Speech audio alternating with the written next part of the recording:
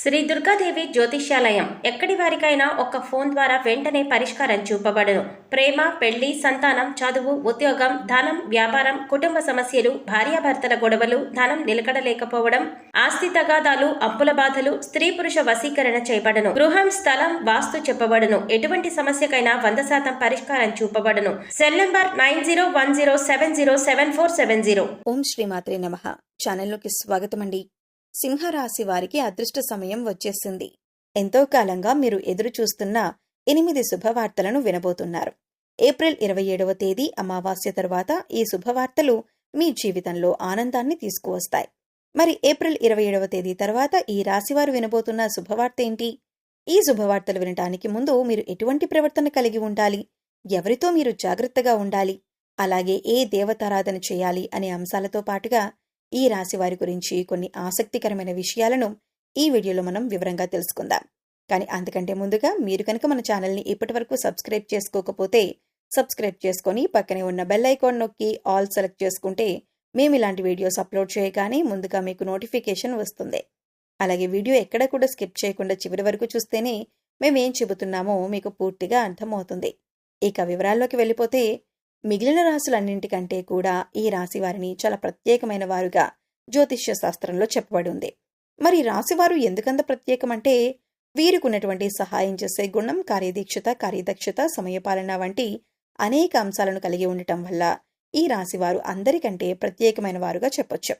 అయితే ఈ రాశివారు ఈ సమయంలో జాగ్రత్తగా ఉండాలి. ఈ సమయంలో మీరు చేయవలసిన పని ఏంటంటే ముఖ్యంగా మీరు ఎటువంటి పరిస్థితుల్లోనైనా మౌనంగా ఉండటానికి ప్రయత్నించండి. ఇలా కనుక మీరు కొద్దిగా ఓర్పు పట్టి మౌనంగా ఉన్నట్లయితే ఇప్పటిదాకా మీరెవ్వరూ వినని 10 శుభవార్తలు మీరు వింటారని చెప్పటంలో ఎటువంటి సందేహం లేదు. అయితే మీ ముందు నవ్వుతూ మాట్లాడే కొందరు వ్యక్తులు వెనక నుండి మీ నాశనం కోరుకుంటున్నారు. వారెవరు అనే విషయం ఈ వీడియో చివరి వరకు చూస్తే మీకు అర్థమవుతుంది. ముఖ్యంగా 3 వ్యక్తులు మీ జీవితంలో మీరు పైకి ఎదగకూడదని మీ నాశనాన్ని కోరుకుంటూ ఉన్నారు. ఆ 3 వ్యక్తుల్లో 2 స్త్రీలు, 1 పురుషుడు మీ శత్రువుల్లో చేరి మీ శత్రువులకి అనుకూలంగా ప్రవర్తిస్తూ మీ నాశనాన్ని కోరుకుంటున్నారు. ఈ సమయంలో మీరు అనుకున్న పనులు అనుకున్నట్లు జరగాలి, ధనలాభం కలగాలి, అందరికంటే ముందుండాలి అనుకున్నట్లయితే కనుక మీరేం చేయబోతున్నారు అనే విషయాలను ఇతరులకు అస్సలు చెప్పకండి. మౌనం వహించండి. ఎందుకంటే మీరు జీవితంలో ఎదగటం ఇష్టం లేనివారు ఖచ్చితంగా మీ మాటలు వింటే మీ నాశనాన్ని కోరుకుంటారు. అంతేకాదు ఈ సమయంలో మీరు ఈ కొన్ని జాగ్రత్తలు పాటించినట్లయితే ఖచ్చితంగా శుభవార్తలు వింటారు. కుటుంబంతో సంతోషంగా ఉంటారు. ఏ ఒక్క దేవుణ్ణి ప్రార్థిస్తే 2 దేవుళ్ల అనుగ్రహం కలుగుతుందో మీకు తెలుసా? అదేనండి, రాముణ్ణి ప్రార్థిస్తే హనుమంతుల వారి అనుగ్రహం కూడా మీకు కలుగుతుంది. ఇక వీరిద్దరి అనుగ్రహం ఉంటే ఈ రాశి వారి జీవితం 3 పువ్వులు 6 కాయలుగా మారిపోతుంది. మరి ఆంజనేయ స్వామి వారికి ఇష్టమైన మంగళవారం రోజున మాంసాహారం తినకుండా రాముల వారిని అలాగే హనుమంతుల వారిని ప్రార్థించినట్లయితే మీ మనసులో ఉన్న కోరిక త్వరగా నెరవేరుతుంది. అంతేకాదు ఇలా చేయటం వల్ల రాములు వారి అలాగే హనుమంతుల వారి అనుగ్రహం కూడా మీపై పరిపూర్ణంగా ఉంటుంది అని చెప్పటంలో ఎలాంటి సందేహం లేదు.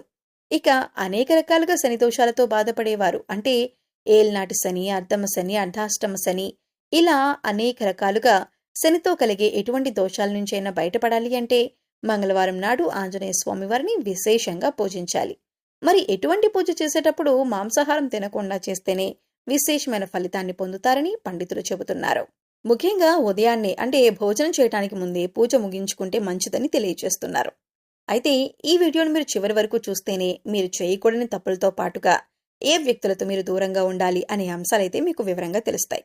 అలాగే వీడియో నచ్చితే లైక్ చేసి మన ఛానల్ని సబ్స్క్రైబ్ చేసుకోవడం మర్చిపోకండి. అయితే ఇప్పుడు మీరు ఈ రాశివారు 2వ తప్పు చేయకూడనిది ఏంటి అంటే మీరు కోపాన్ని అదుపులో ఉంచుకోవాలి. అలాగే కోపంలో ఉన్నప్పుడు ఎదుటివారిని ఎంత మాట పడితే అంత మాట అనకూడదు. అలాగే ఎదుటివారిని దూషించకూడదు. ముఖ్యంగా మీ దగ్గర లేని వ్యక్తి గురించి ఎదుటివారితో నెగిటివ్గా చెప్పకూడదు. అలాగే వాడకూడని పదాలు వాడుతూ ఎదుటివారిని దూషించడం కూడా మానుకోవాలి.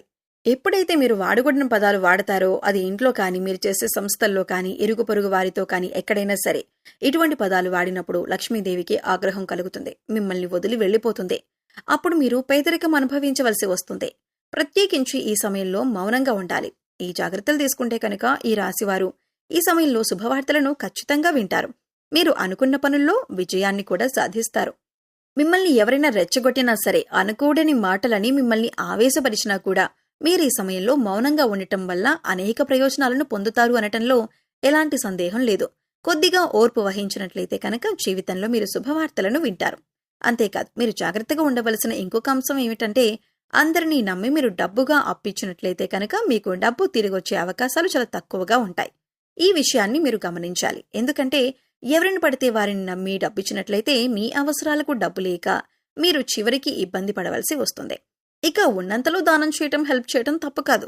కాకపోతే మనం చేయలేని సహాయాన్ని కూడా మీ భుజాల మీద వేసుకుని చేయటం వల్ల మీరు చిక్కుల్లో పడే అవకాశం ఉంటుంది.